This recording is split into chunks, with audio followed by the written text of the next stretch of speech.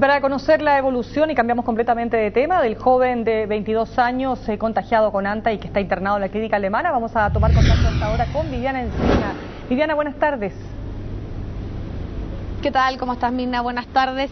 Y queremos analizar un poco la información que entregó hace pocos instantes durante esta mañana el ministro de Salud, que señaló que se confirmaban que habían 11 casos de personas contagiadas por virus ANTA. Hay uno que se habría sumado a esta niña de 6 años en la región del Maule, y también habrían 50 que habrían estado en evaluación, pero que habrían sido negativos.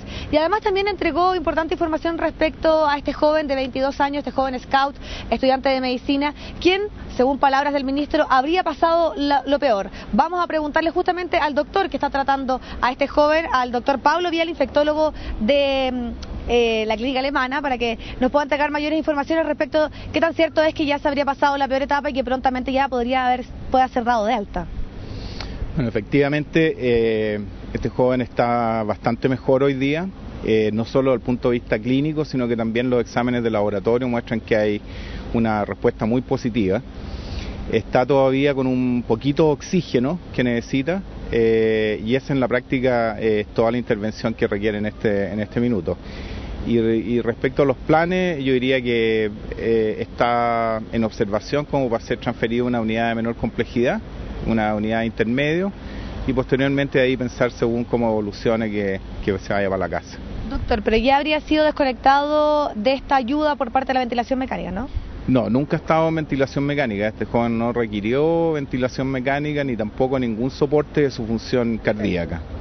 Bueno, y lo otro que nos gustaría un poco conocer es qué tanto influyó, porque vemos una evolución bastante positiva, prontamente podría estar dado hasta de alta. ¿Qué influyó en que se hubiese un buen diagnóstico versus otras situaciones que hemos visto más complejas, como estas personas que fallecieron? ¿Influye, por ejemplo, el tiempo de reacción? ¿Influye tal vez la condición de él, una persona de 22 años, una persona joven, en buenas condiciones de salud? Las dos cosas influyen. Yo creo que es más importante desde el punto de vista biológico la constitución genética de cada persona. O sea, hemos visto que hay personas que evidentemente el virus les afecta más que a otras, y eso depende de la constitución genética. También hay algo de dosis infectante, cuán expuesto está uno, o sea, cuánta cantidad de virus entró por el árbol respiratorio. Hay un factor importante que es la precocidad del diagnóstico, y también un factor respecto a la experiencia que tienen los centros asistenciales en tratarlo. Por ejemplo, hay centros en el sur, no sé, en Puerto Montt, Valdivia, que tienen mucha experiencia en el tratamiento, y eso obviamente dan mayor seguridad de que los pacientes van a evolucionar mejor. Doctor, si tuviésemos que hablar de tiempo, ¿cuánto sería una reacción recomendable para una persona que tiene los síntomas del virus ANTA? Mira, yo creo que en esta época, primavera, verano, cuando uno tiene síntomas en un adulto de fiebre alta, dolor de cabeza, dolores musculares importantes, es bueno consultar precozmente, sobre todo si ha estado en un área que epidemiológicamente esté relacionada con el hantavirus, con riesgo, porque en el fondo en lo que se traduce esto, uno en pensar antes en la enfermedad. Y una de las cosas que tiene buen pronóstico es que uno se adelante a las posibles complicaciones que produce.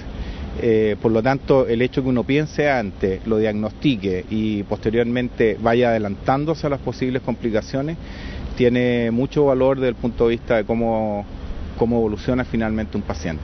Y en este caso de este joven de 22 años, ¿él podría tener algún tipo de secuelas o eso está ya descartado? En general, este virus no deja secuelas importantes, tampoco lo deja 100% una vez que uno lo da de alta, porque tienen algunos, les cuesta retomar su vida normal, les cuesta algunas semanas. ¿En qué sentido, desde el punto de vista del estado físico tal vez o respiratorio? La capacidad de concentración, el estado físico, la capacidad de hacer deporte. El pulmón se demora un poquito más, una semana, en restablecerse 100%. Doctor, se ha hablado mucho que la reacción, y es fundamental, el centro asistencial donde llega una persona que tiene estos síntomas. ¿Con qué tiene que contar este centro asistencial para poder darle una atención adecuada? Mira, nosotros pensamos que un paciente que uno sospecha que tiene hantavirus tiene que ser derivado a un centro que tenga unidad de cuidado intensivo y tenga la capacidad de precozmente conectar a un paciente a ventilación mecánica, y por otro lado darle soporte a la función cardíaca, que primero inicialmente se usan medicamentos, de tal manera que el compromiso cardíaco y de shock cardiovascular, que es el principal factor pronóstico en cuanto a mortalidad, sea debidamente tratado y ojalá anticipándose un poco antes de que se produzca. Bueno, doctor, le queremos agradecer muchísimo su tiempo de aclararnos todas estas dudas y también de entregarnos una información respecto a la evolución positiva que está teniendo este joven de 22 años y que además también se suman las informaciones alentadoras que llegaron desde el Ministerio de Salud, que ha ido decreciendo el número de casos de contagios de personas con virus Anta. Hay que estar atento también a lo que sucede con estas 11 personas, particularmente con esta niña de 6 años que está en Talca, pero al parecer, por lo menos en este caso de este joven Scout, prontamente ya podría estar entonces teniendo una vida relativamente normal.